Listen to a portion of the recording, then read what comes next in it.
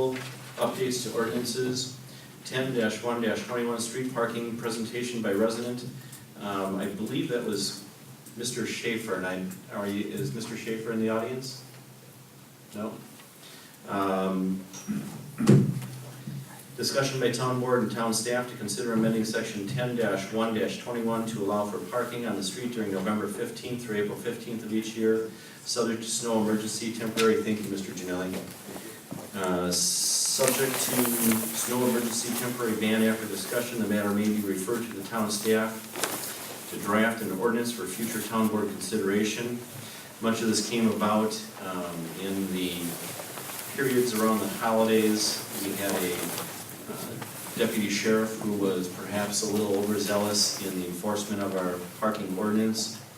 His thought was to gain some income for the town, plain and simple, and of course enforce our ordinance.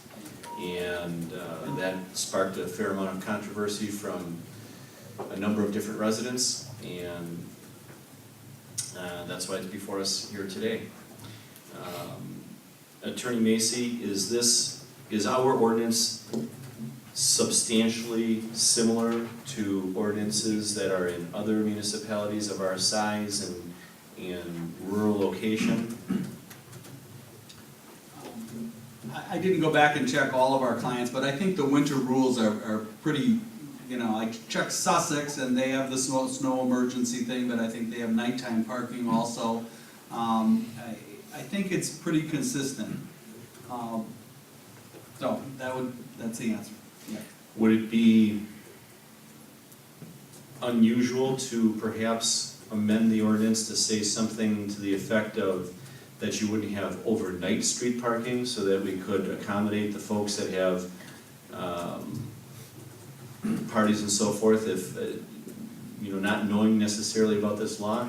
I myself, and I see my mom and dad out in the audience, we are also would have been in violation of that. I'm sorry, I'm pointing you out.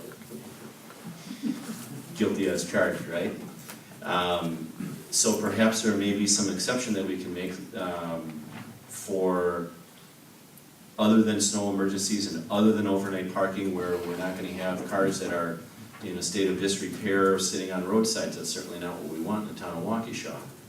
Mr. Chairman, the language in many of the communities, and I'll read it to you, is permission may be granted by the Waukesha County Sheriff's Department each night that said vehicle is to be parked, period. There shall be a maximum of 3 days parking per month allowed under this condition unless an extension is specifically authorized by the town board. So we do have some ordinances that have that type of provision in. They have to call in. I mean, what I think we were trying to discern from the citizen, and maybe some of the comments from the public under public comments, was, is this a regular thing or is this an occasional thing? This pair, when I heard what they were saying, I went and looked up some of the language, and if it's only an occasional thing, this is the kind of thing. You call in, you say, I'm having a party tonight, my guests, all the cars will be gone by 2 o'clock or something like that, is that okay? And then the sheriff's department makes a decision based on the highway department, and you may want some input from your highway department, I should mention. Sometimes the sheriff's department will check the weather, they'll check to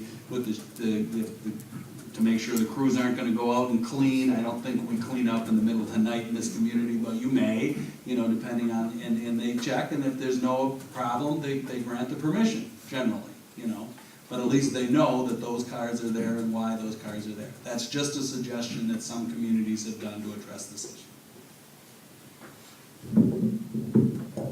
And I have talked to the sheriff about this, and they do have that rule. If you're gonna have a party, you can call them and get permission to park. Not overnight, I don't think. I didn't ask them that, but if you're having guests over for the holidays, you can call them and let them know that and make arrangements with that. The only thing I feel is there's gotta be some way to get that out to the public. I never knew about this ordinance, and I'm sure, like you said, John, you guys are guilty of it. I'll bet you 3/4 of our residents don't know about this ordinance. And at least those 3/4 probably don't know that you can call the sheriff and get a variance. But I did check with our last sheriff, and he did tell me that you can do that. But we need to get it out. If we're not gonna change the ordinance, We need to get that out to the public that they know that that's possible. Mr. Fisher? I've got several points of view on this, might seem a little conflicting, but trying to get a little bit of common sense to it. I not only heard from Mr. Schaefer, I heard from another town resident, apparently when a number of those tickets were issued a number of weeks back. Circumstances that these aren't people who are civilly disobedient or routine violators. They didn't know about the ordinance. They're good people, they're good town residents. They were a bit upset about it. One of the things that concerns me a bit, we have the ordinance there. I mean, I haven't done an investigation of this, but I don't think this is well posted in the town. I might be wrong about that, but I mean, if we really want to rigidly enforce this, then I think we better invest in a number of thousands of dollars in signage and post that at every subdivision entrance in the town. Maybe I'm mistaken about that, but I don't think it is well advertised or well posted. I'm not advocating for that, I guess, and I'm not really anxious about trying to change the ordinance without a lot of thought being given to it, because there may be instances in which we want that enforcement power, but isn't there a middle ground here to use a bit of common sense? Can't we, it's been well said, the town sheriff basically serves at our pleasure. Can't we simply give a clear directive on that, to use a considerable amount of discretion to issue warning tickets, attempt to contact people? I mean, my goodness, when that ordinance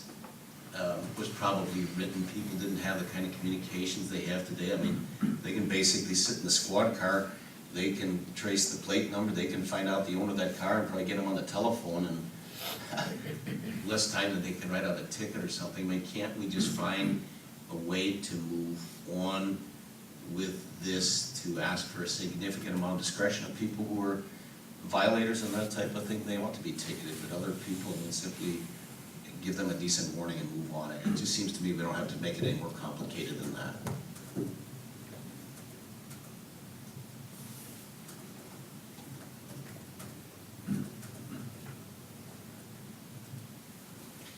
Any further thoughts? Mr. Macy, do you suggest that we leave the ordinance as it is and just ask the sheriff to not strictly enforce or to write warning tickets, or would it be your suggestion that we modify the language to insert an allowance for overnight parking with the call-in as the language that you've read? Tough question in some respects, but I generally have to advise my boards that they not tell police departments how to do their job.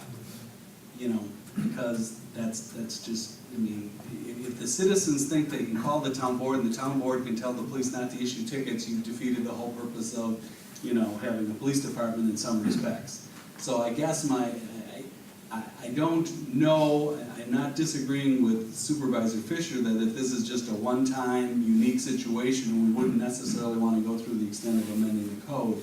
But if this is a legitimate issue for the citizens and most importantly the elected officials, then we should amend the code.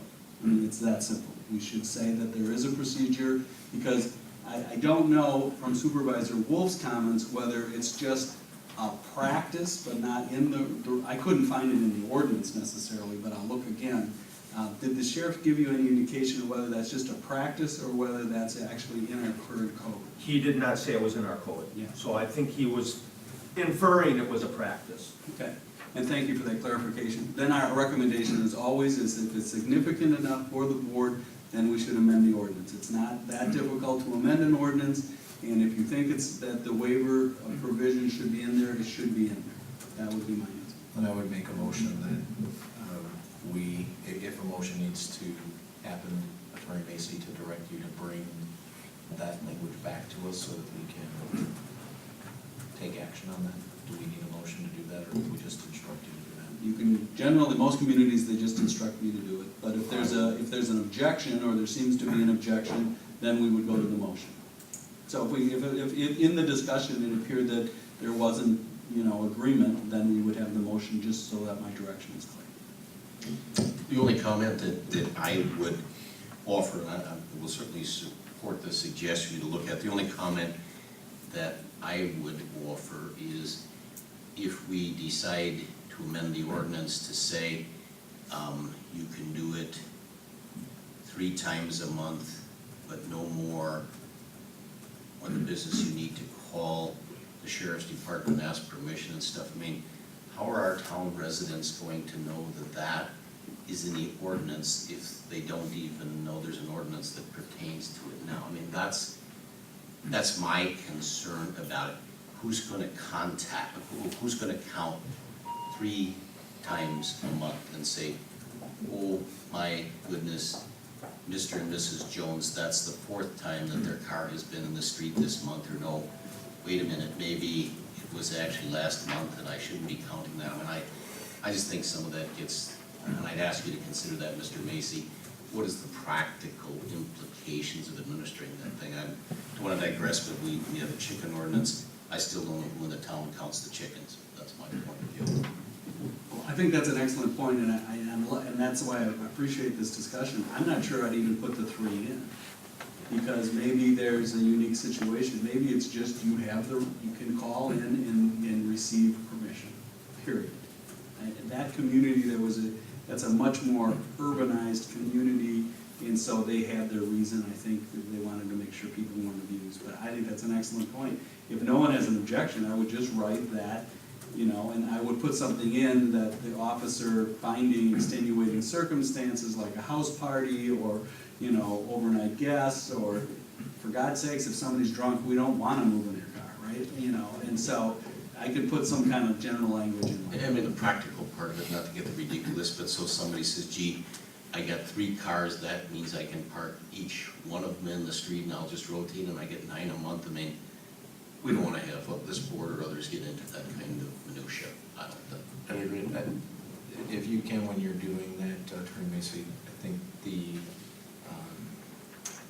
ordinances reflect, properly licensed vehicle, operable vehicle, so that, as one of the residents pointed out, we don't have a home car repair project sitting on the street weeks on end. Got it?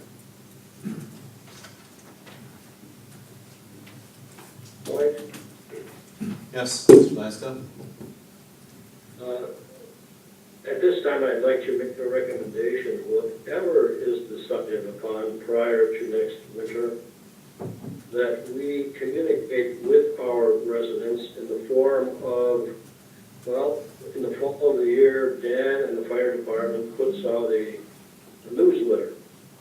There would be nothing wrong with, on an annual basis, including some of the winter ordinance for parking. Maybe not the whole thing, but a reminder, so people, after a period of time, after years go by, people will be well aware of the situation and react accordingly.